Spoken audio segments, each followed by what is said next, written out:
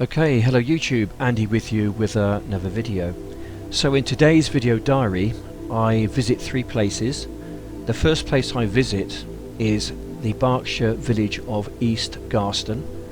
I then go to the Oxfordshire town of Wantage, and then I go to an Iron Age hill fort called Segsbury Camp. But first of all, we go to the Berkshire village of East Garston, where it appears I have some links going way back. The real reason why I'm here today is to highlight something which I found, or had it for a while, just really not gotten around and got the chance to really document and talk about it. It's a poem from Bill or W. Franklin, which would have been my great uncle.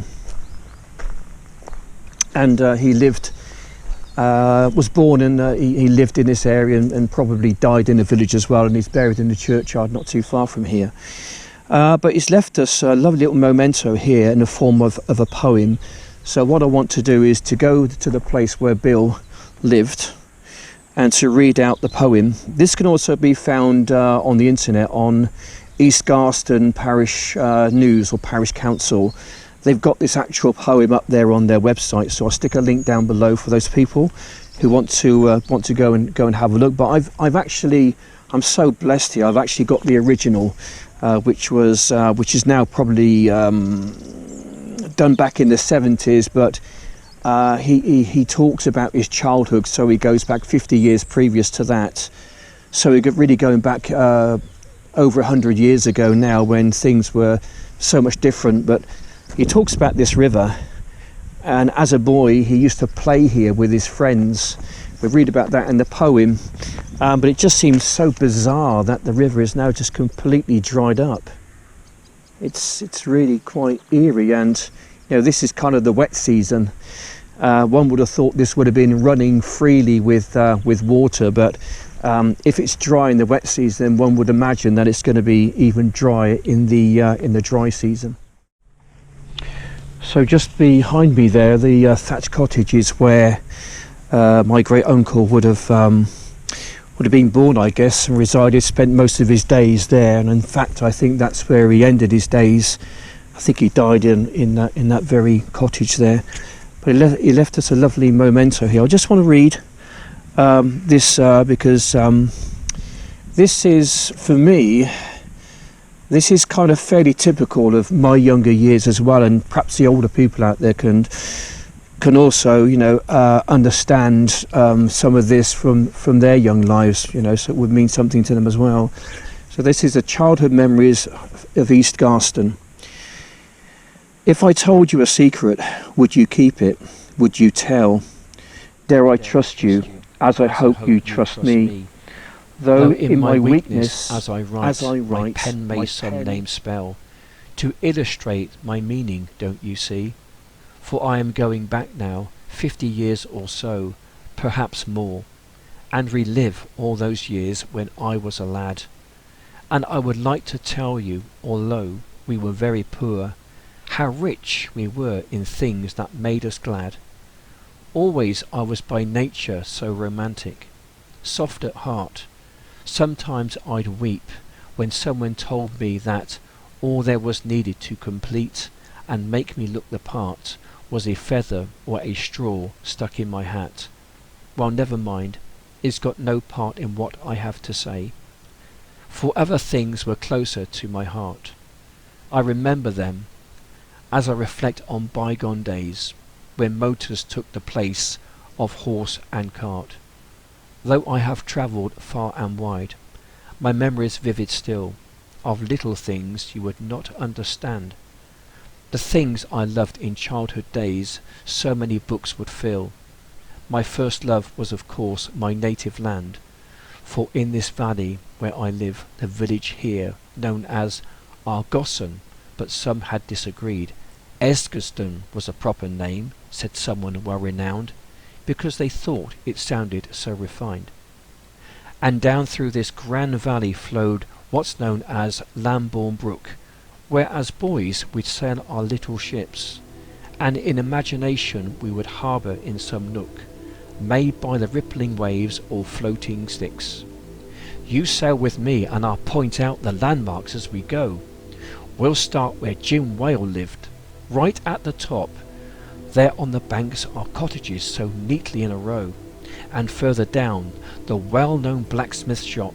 How often had I in my youth seen sparks fly from that forge, and wondered vaguely, dreaming, as it were, was this the village smithy when Longfellow wrote his poem? Under the spreading chestnut tree the village smithy stands. Cart horses from the many farms nearby were shod by Mr. Denton's large and strong sinewy hands. That was a scene when I was just a boy. This is part of a longer poem you can read. I shall stick a link down below. I hope you enjoy it.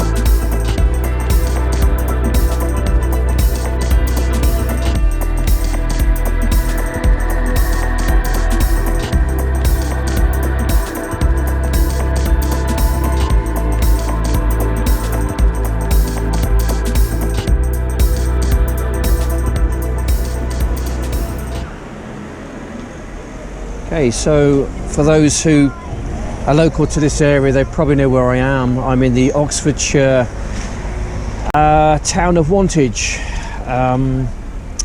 This is the birthplace of Alfred the Great, the West Saxon king, born at Wantage AD 849.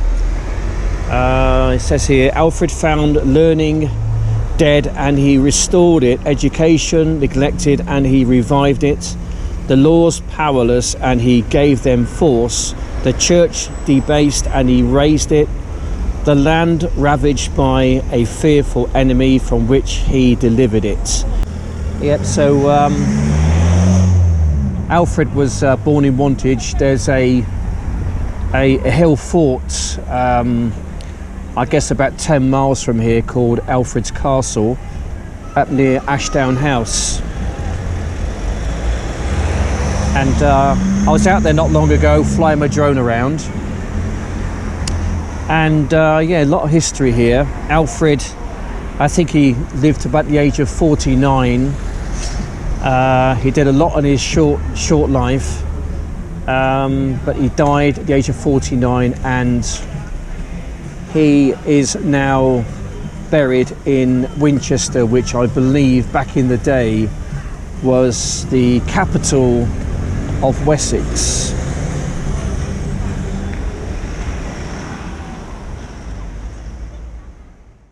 Right, so I've just bumped into two people. I won't show you on camera, but they've just been into the museum. I did ask them the question, whereabouts was King Alfred born, and nobody seems to know, so I think I've come to a bit of a dead end on this one. Yeah. But we understand he was born in Wantage somewhere, wasn't he? He was, yeah. And you're saying he's the only king to be called the Great? Absolutely. Well, that's kind of interesting. Yeah, King Alfred the Great, I've got it just there. So I've been trying my best to try and find some information, because I would have liked to have gone to the actual building and been there, you know, to document it. But have you seen his the castle? His I've been to. Is that? Fort? Yes, I did a video on it just some weeks ago, which I put on my YouTube channel.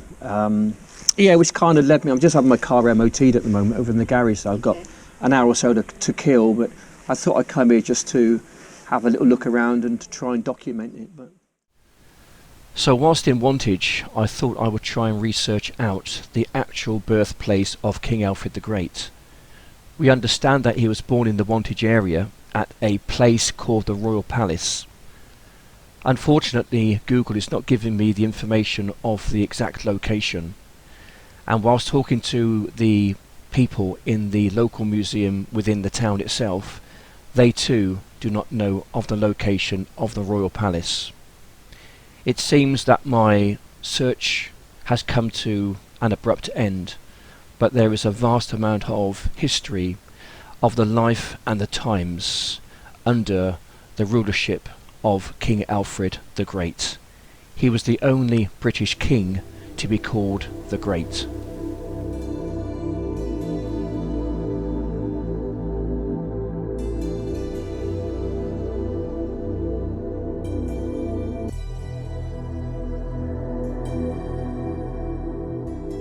Okay, so we are carrying on the tour of Oxfordshire. I guess I'm about, let me think now, about 3 miles outside Wantage at a place called Segsbury Camp, which is just over there. Typical of most camps around the Ridgeway, set fairly high up on a bit of a hill. Segsbury Castle, the field within the embankment and others are sown with indigenous wildflowers to be enjoyed, not crushed underfoot. This is not a playground. Please keep off and walk on the embankment only. Okay, so there we go. This is Segsbury Castle Fort, just off the Ridgeway in Oxfordshire, just outside Wantage.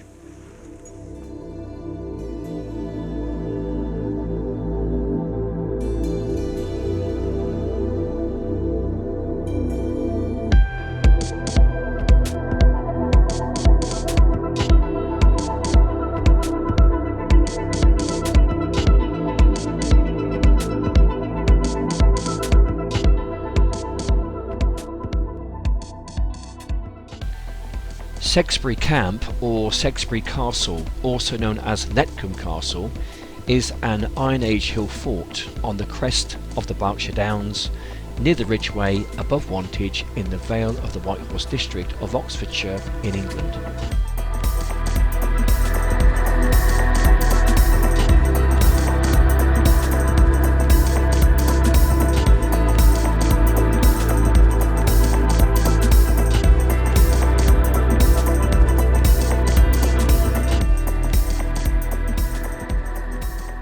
This Iron Age hill fort is thought to have been a reasonably large settlement and communal centre for various activities, including sheep management and exchange. Today it is still possible to see the extensive ditch, the ramparts and 4 gateways.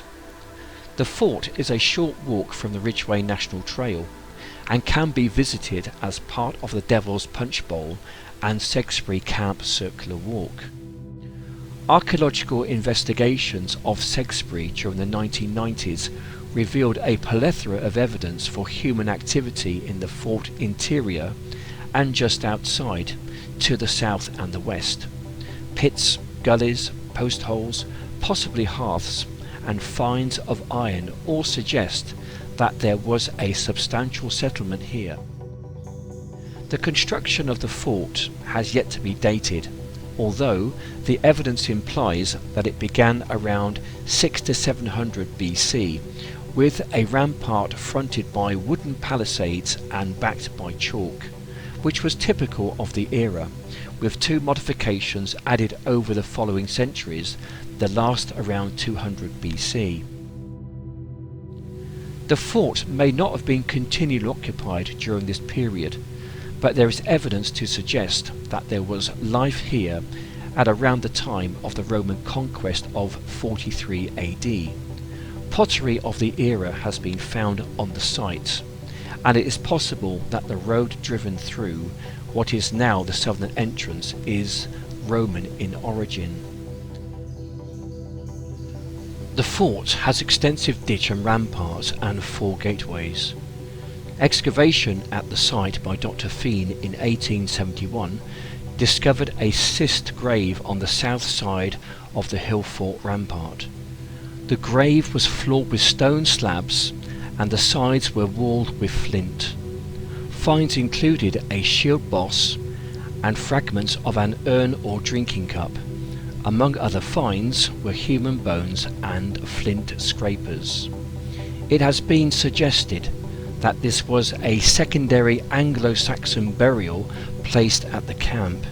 Further excavations was carried out in 1996 and 1997. The report on this work describes the periodic occupation of the hill fort between the 6th and the 2nd centuries BC, and it suggests that it was a communal centre for various activities including sheep management and exchange.